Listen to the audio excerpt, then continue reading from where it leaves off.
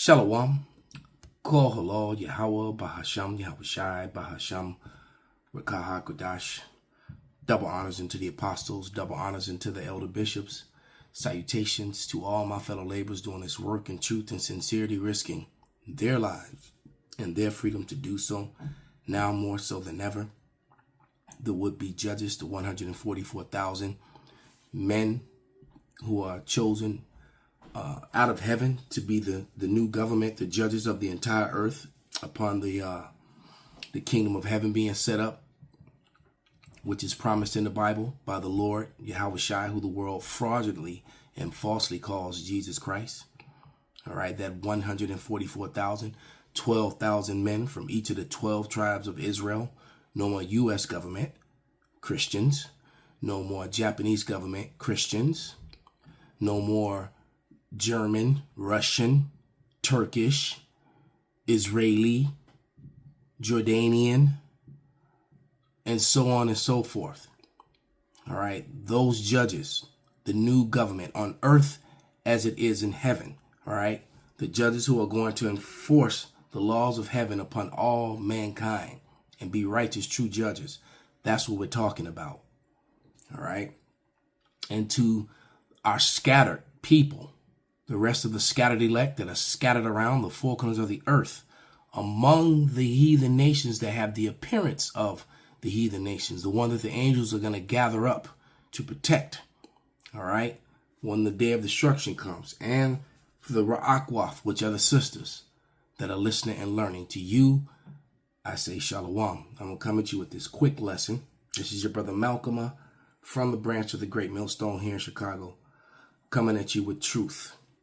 All right, and a brother shared with me yesterday a definition from 1828 of American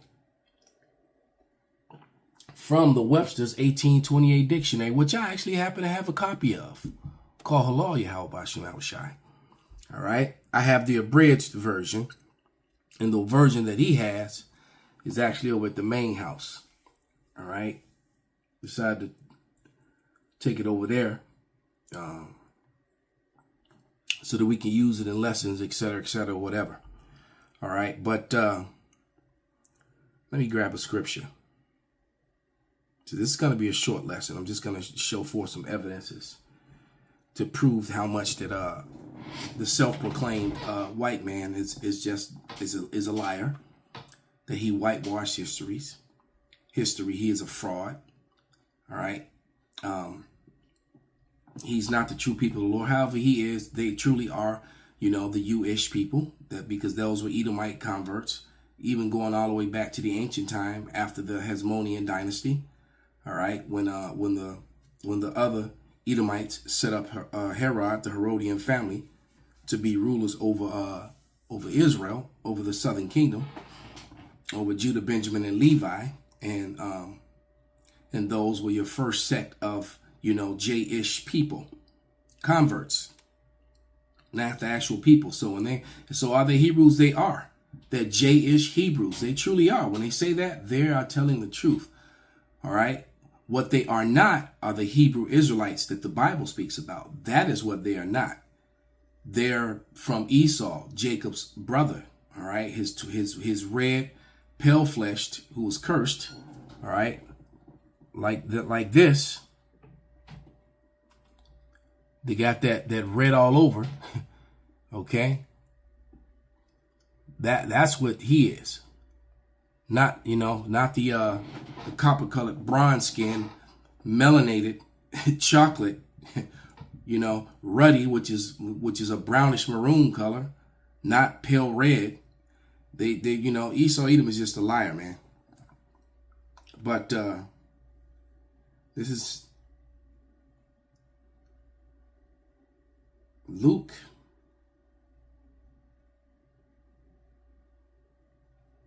12:2. And it reads, "For there is nothing covered that shall not be revealed, neither hid that shall not be known." So I don't know what made them think. Oh, well, you know what? It's just the arrogance and stupidity and being blinded, for the Lord to put that spirit on them to think that you could just cover up the vast amount of relics in history in your own history that you wrote proudly in your books. Okay, so in the unabridged one, it doesn't go into the detail, and I'm speaking of the Noah Webster Dictionary 1828, and the one that I have in the front room that I just took screenshots of, because I have two libraries, one in this room and one in the front room, and the bigger books for the most part are up front. All right, that bookshelf is a lot larger. All right, so, but it doesn't go into the details, but in the Webster 1828 dictionary, it actually mentions, which gives validity to the Ben Franklin 1751 letter that he wrote when he spoke about the Europeans, or the people in Western Asia, because Europe is something that they made up to try to fit into their pseudoscience false category of this newly created whiteness thing that they did. All right, but it tells you how. I'll just go to the receipt. All right.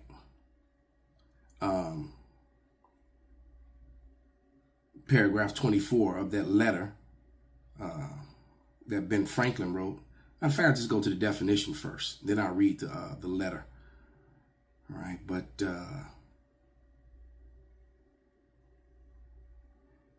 yeah. So I'm in evidence folder. Here we go. So this is from the Internet Archive. I'm gonna bring it into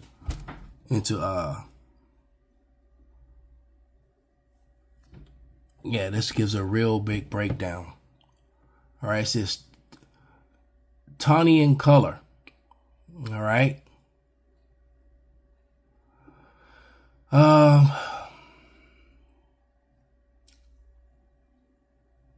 Yellowish red. All right, I'm trying to get down to where it mentions number 2. That's where we want to be. Cloth of tawny. It says, hold on. Juctum froscum negro. You see that? Because it's, it's in French and in Latin, but it says, if you keep reading in there and look, just pay attention to paragraph 2 of the definition. Some blacks for women, garments with some orange colors, satin, tawny 12 yardies. All right, hold on, it's gonna mention it. Just trying to get to it.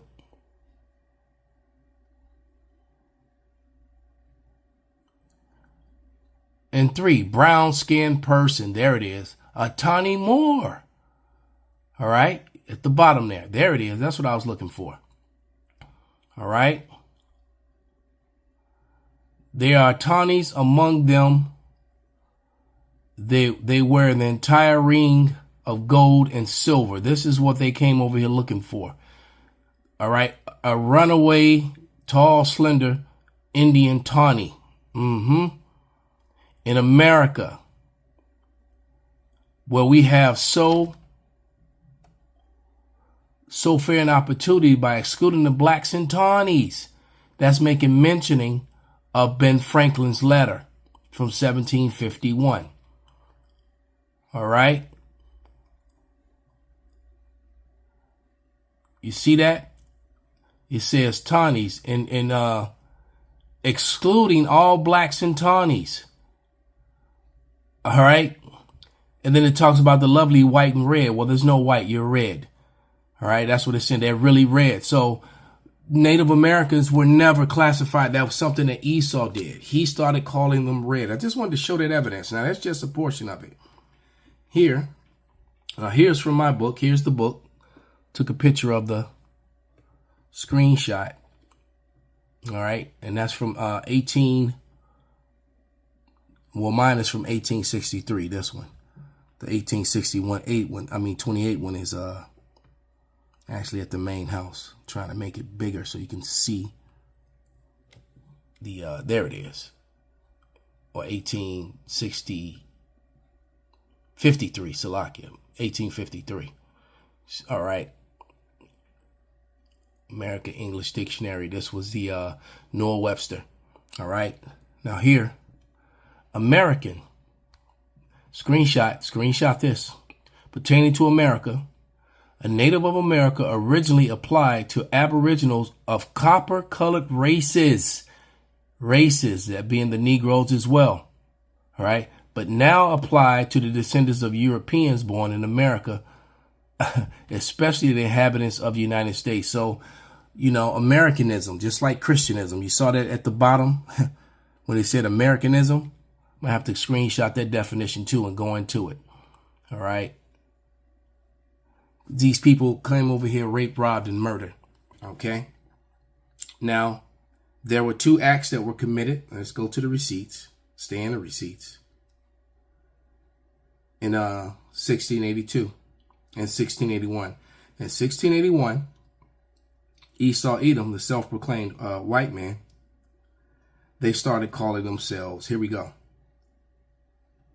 They started calling themselves white by law. So they created this new category. Virginia passed 2 acts in 1682 that combined Native Americans and Africans into one category as Negroes. All right. The Negro slave, the slave trade, the Negro Indian, and the slave trade Negro, which are the same people. Same people that came from West Africa were related to the people that were already here. They were the same people. That's why they got classified the same. All right. Point blank, period.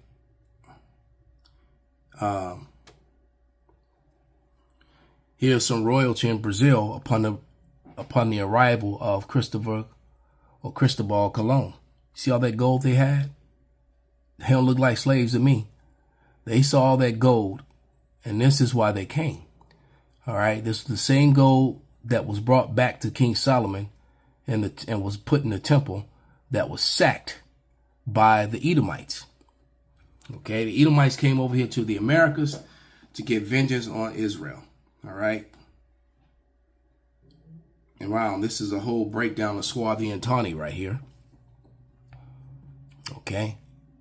So it shows you pale flesh, fair, and then look, Tawny and Swarthy, look at that. That's your Israelites, the Negroid races. Okay. The Negroid races. As a matter of fact, even in the imagery, here's a set of bronze hands here. What the hell?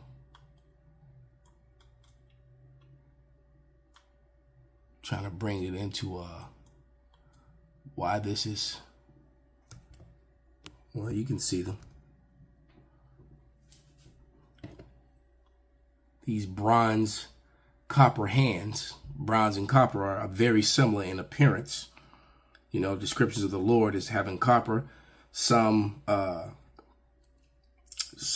versions of the Bible says copper, some says bronze, skin like the burnished bronze, right? And I've showed you before here. There's more receipts. This is more information just being shared right here, especially for people that are new. There it is again, that act, Salakia. All right. The act that was passed in Virginia in 1682. See, they were doing things in law. All right. Virginia passed 2 acts in 1682 that combined Native Americans and Africans into the category as Negroes and other slaves. You see? And remember the year before. And then they used these natives, these tawny, swarthy colored natives, and those were put on the signs for new slaves at the slave markets. Those weren't even Africans. Those people, the imagery that they use on this sign, on this iconic slave sign, you can see these are in the museum. Those were natives to America, the very same copper tawny people, swarthy people that they were talking about when they arrived here. Okay? They were one and the same. The lighter complected natives with the different hair, that's from rape, robbery, and colonization. Also, some of them came over there like that too because they were in captivity under the Assyrian captivity. So a lot of the appearances were different. Okay. Matter of fact, here's a bronze cross that some Edomite is holding. You know, the average Negro, the average native can put their hand next to this cross. You can see the brown rug behind it is almost the same color. You can see that now Esau, the Cesare Borgia looks like the hand, but the description of the Lord is like the cross. The description of the Israelites is like the cross. See, we have a problem. All right. And it's the cognitive denialism. That's a matter of fact, that will be the name of this lesson. It's the cognitive denialism of copper and bronze where the problem falls with Esau, Edom. Here's your sardine, all right, and jasper stones. The so-called white people don't look like that, all right? Yet that's the image that they put in the churches, and then they tell you color doesn't matter, as you're looking at this pale hand with a description of a bronze man, all right? That burned, which means he will be even darker. All right, when it says that he burned in a furnace. Okay, hold on. Let me go up some more. Here's some more receipts. Yeah.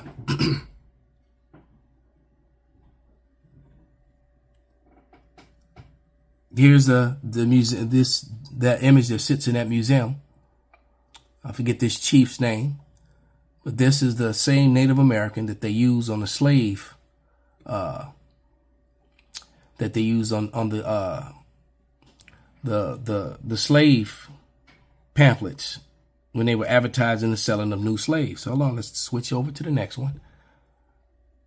And these are the ancient images of them. All right.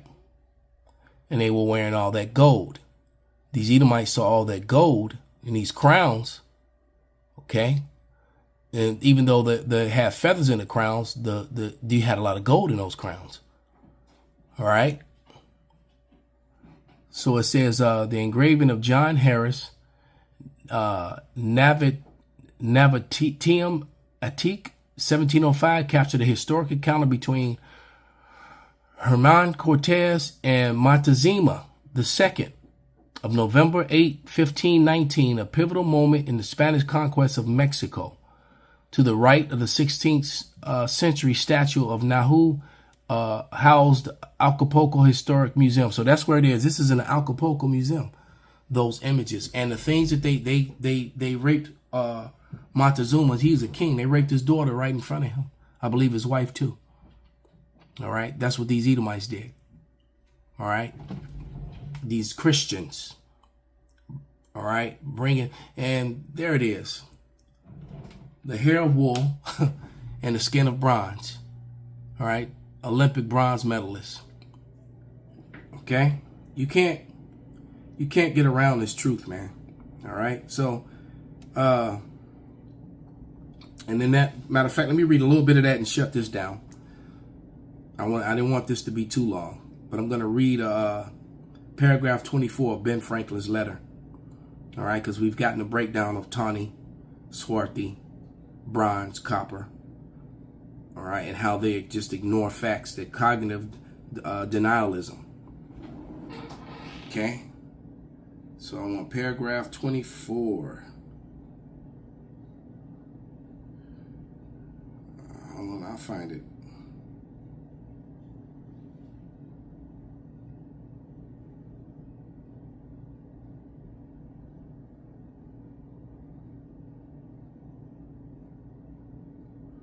Yeah, because, you know, the 12 tribes of Israel have been identified basically in America as aborigines, both the so-called Negroes and natives.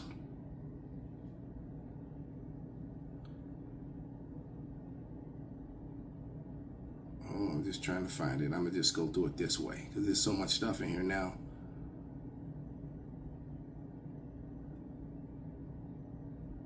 There it is. Paragraph 24. In Ben Franklin's letter, all right, from 1751. All right, and it reads, which leads me to add one remark. that the number of, and this was the one that was being referenced in the Webster's Dictionary, all right, in 1828. So the letter was written, you know, all those years before. It says, which leads me to add the remark. I'll just bring it up to the camera. All right. That the number of purely white people in the world are proportionally very small. All of Africa is black or tawny, people of color. Asia, chiefly tawny, people of color. You know, bronze colored people. America, exclusive, the newcomers, the so-called white people. All right. Wholly so. And in Europe, Spanish, we call swarthy complexion. Those are chocolate people. Those are people like her and darker. All right. Because she's like a medium brown. Okay. It says, and this is talking about people in the portion of Europe, Asia that they call Europe. All right, remember, Asia, Europe sits in Asia. That's why they say Eurasia. All right. It says, as are the Germans also, I can't even make that word out. So bronze, or so what? Can't make that word out. Slovakia. It says, well, anyway, we'll just keep going. It says, right there. And in Europe, the Spanish, the Italians, the French, the Russians, the Swedes are generally what we call a swarthy complexion. So in his letter, he just told you that the people of Europe, and those are major countries, all right? Spanish, Italians, French, Russians, and Swedes are swarthy. They were swarthy, all right? So when we tell you, you can screenshot that and read through the whole thing. That's in his letter from 1751, something to better mankind, something advancement of mankind. But he let you know that those places, when we tell you that how they would use the term of endowment, oh y'all was kangs and shit. Well, they really were. This is just evidence that the educated white people today, all right, are hateful racists. That they are against the truth, and they hate truth, and they want to push forward and propagate white superiority. All right, as simple as that. I was trying to find a quick video of a Edomite woman that was complaining about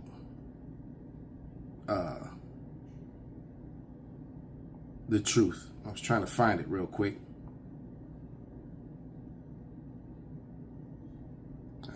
Is this it?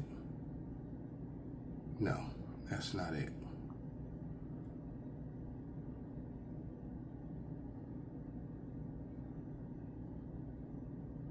Damn it, it's pissing me off. So worried about her 13-year-old getting his feelings hurt. You know, maybe it's just not meant to come out on this particular lesson. I thought I had lined it up to in this list of videos that I had, but it's not popping up. I know I've got it. It's just not ready on hand like I thought it would be. So let's just get a scripture. I'm not going to hunt for it because I was about to close it out. This is 2 Ezra